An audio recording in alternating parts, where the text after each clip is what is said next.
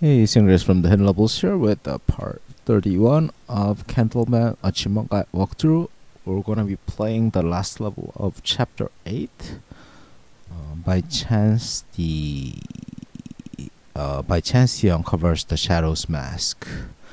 By the length of this video, even with the cutscene that ends the level, you can kind of probably guess that this is a more difficult level compared to the rest.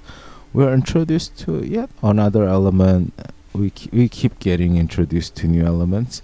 So we're gonna be using light and shadow to light up those switches, which is going to move the platform. Because there's a candle on the left side, we want to move it to the left side first.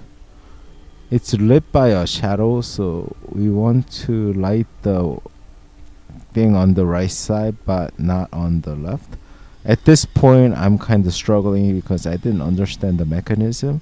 I just wanted to I left this in so that I can kind of show you how it works. Yeah, I'm not starting to understand. So yep, move that platform to the left now to get the candle. The level itself isn't like overly difficult. It's just using the shadow in the right way, and figuring that out makes this a little bit of a lengthy level. So this next one, like, I really struggled at first. I just couldn't understand. Like, first thing is you see that switch at the top. That's gonna bring that platform down. There's another switch here that moves that platform to the left and right. We're gonna be using the column to move this a little bit to the left, and then go all the way to back to the left, to where you lit the other candle. And basically, basic idea is to make that platform come down by putting a shadow on it. It only goes down, it doesn't go up or down.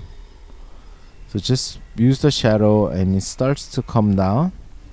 And you may need to jump like I do to make that come down enough for you to jump on top of it. Just keep doing that to get that down, and have that other platform moved a little bit to the left. You don't want it moved too much to the left, because if you do, you can't make the jump onto the right side of that platform area. So have it to the left a little bit. Now go up and jump over. So I mean, I felt the difficulty kind of just ramps up quite a bit towards this end of chapter 8 and stuff. So I asked the developers and why they made it like that, and this is the answer I got.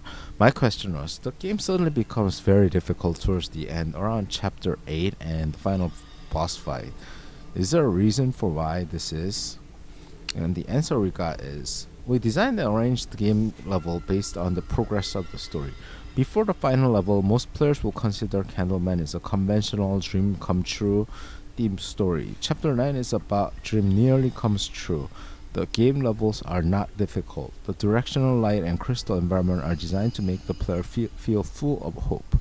And before that, there is darkness before the dawn. Chapter 8. The dark mystery environment and difficult gameplay were designed for this purpose. However, I did find that the last two levels of chapter 8 are too difficult for some players. We're seriously considering adjusting the difficulty and level design of those levels. So, and then he goes on to talk about the final boss fight, but I don't want to spoil that, and I will handle that as well as the ending in the final part of this walkthrough, which is level part 34. So look forward to that. I personally, as someone that plays platformers a lot, it does get harder, but it's like maybe medium difficulty by this point. I really felt the final, very very final level is quite hard compared to every other level in this game. So it's kind of interesting level design. Personally, I like games that go from easy to medium to hard in a natural progression sort of way, so I get used to controls, and then just as I feel comfortable, they make it a little bit challenging, so I don't get like bored. But when it goes from like 0 to 5 or 0 to 10, that's when it feels a little bit uncomfortable to me. By no means Candleman is like really really difficult game, but still I felt they could have done a little bit differently. But the design, the developers gave me the answer. The developers gave me is definitely it makes sense. As a natural progression of the story, he wanted some dark before the final light. Just before reaching the final goal, there's some darkness. So it does make sense. So whether I agree with the design of the level and how difficult the game becomes, developers definitely had a reason for making it that way. For this part, this is hard because you have to avoid the enemies, but you're also going to abuse the enemy as the shadow that lights up that thing that's gonna move it out of the way so you can get to the exit. The idea is simple, the execution is not, because you can't use your candle to make the ghosts go away, as that will make the platform disappear.